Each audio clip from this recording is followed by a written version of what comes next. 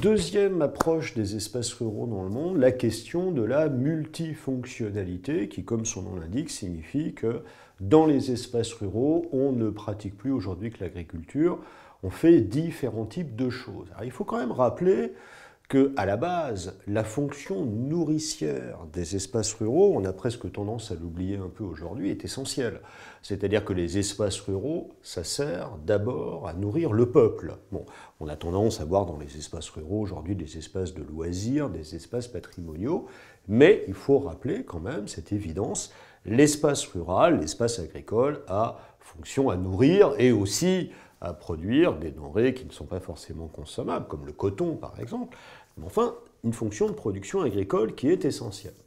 Alors, il faut évoquer un peu cette diversification des fonctions. Les espaces agricoles, les espaces ruraux ne sont plus seulement des espaces agricoles, et même à l'intérieur de cette activité qu'on pourrait qualifier agricole, il y a plusieurs déclinaisons de l'activité des agriculteurs. Si on prend l'exemple des États-Unis, un pays où la population active dans le secteur agricole est très faible, environ 1,5% de la population active totale, on constate que plus de 90% des agriculteurs américains sont pluriactifs, c'est-à-dire qu'ils ont d'autres activités que de semer leurs champs et de récolter. Alors on peut penser par exemple aux activités presque de jardinage, c'est-à-dire qu'on a demandé aux agriculteurs, notamment dans les Nords, aujourd'hui de préserver le paysage, d'entretenir une image un petit peu figée d'ailleurs de nos espaces agricoles, on en reparlera, et cette fonction de conservatoire du patrimoine, de nos paysages, est aussi demandée aux agriculteurs qui ne sont plus seulement aujourd'hui dans les Nords des producteurs de denrées alimentaires. Il faut mentionner la présence de l'industrie, qui est une présence ancienne. Un certain nombre d'espaces ruraux contenaient également des ressources, bois, mines, qui ont pu être exploitées, jadis notamment au temps proto-industriel par la population rurale. Le rôle de l'artisanat, de la petite industrie est encore très important comme activité de complément dans les Suds. Mais il faut rajouter que dans les Nords, il y a des savoir-faire industriels qui persistent, notamment en France. On peut prendre l'exemple de la petite horlogerie de précision dans le Jura ou de la plasturgie dans la région d'Oyonnax, qui sont en milieu ruraux des endroits où on produit de l'industrie, et parfois de l'industrie très, très, très valorisée, très, très pointue et très recherchée.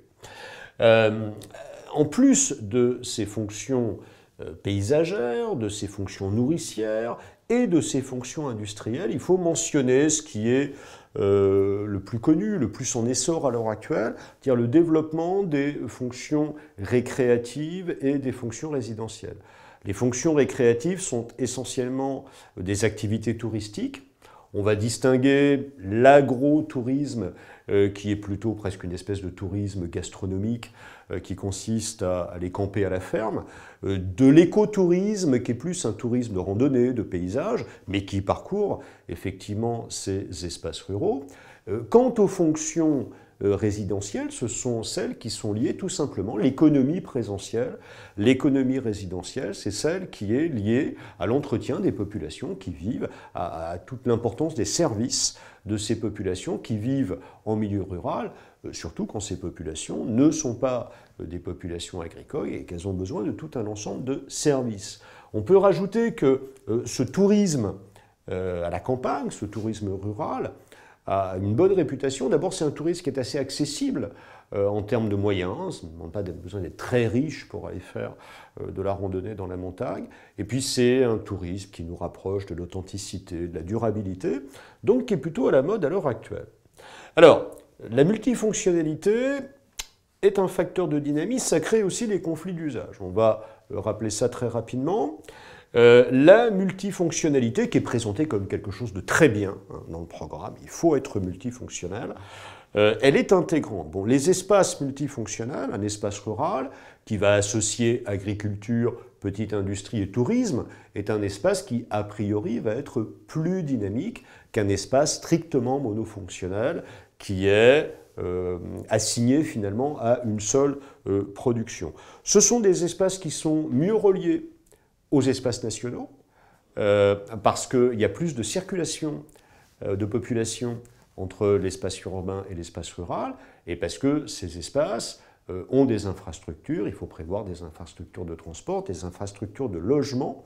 Donc on a des espaces qui sont mieux intégrés par rapport au vieux rural profond qui est en train de disparaître de nos paysages.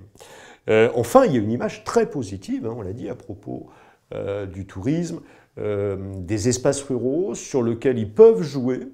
Alors, il y a le méchant espace rural, celui qui est voué à l'agriculture ultra productive, à la malbouffe, qui fabrique de l'huile de palme. Et puis, il y a le gentil espace rural, celui qui fait des productions locales, qui sont bonnes, qui sont bio, qui sont faites avec amour et savoir-faire. Et ça, c'est extrêmement valorisé aujourd'hui dans nos mentalités. Donc, c'est un point très positif pour ces espaces ruraux un peu traditionnels qui arrivent à sortir de la logique productiviste et marchande.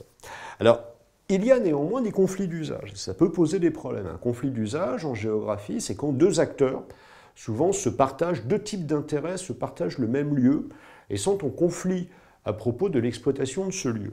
Alors, on peut évoquer trois choses. D'abord, la question de la périurbanisation, que nous verrons un peu plus précisément à propos de la France, c'est-à-dire ce grignotage des espaces ruraux par des espaces de lotissement périurbain qui en dégradent un petit peu l'image, hein, si on veut, l'esprit, la nature.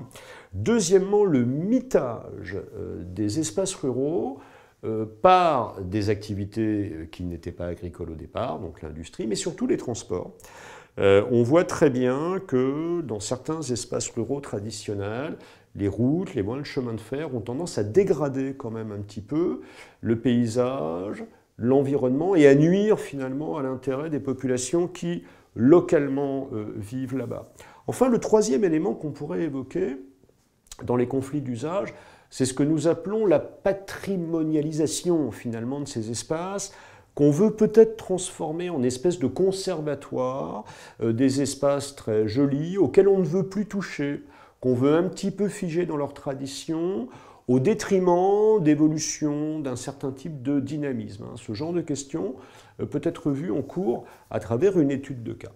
Au final, ce qu'il faut surtout retenir sur ces espaces ruraux au niveau international, c'est qu'il y a quand même une grande différence entre les espaces ruraux du Nord et ceux du Sud, et que deuxièmement, ces espaces ont été modifiés par de recompositions extrêmement importantes qui font qu'ils ne sont plus ce qu'ils étaient au début du XIXe siècle, par exemple.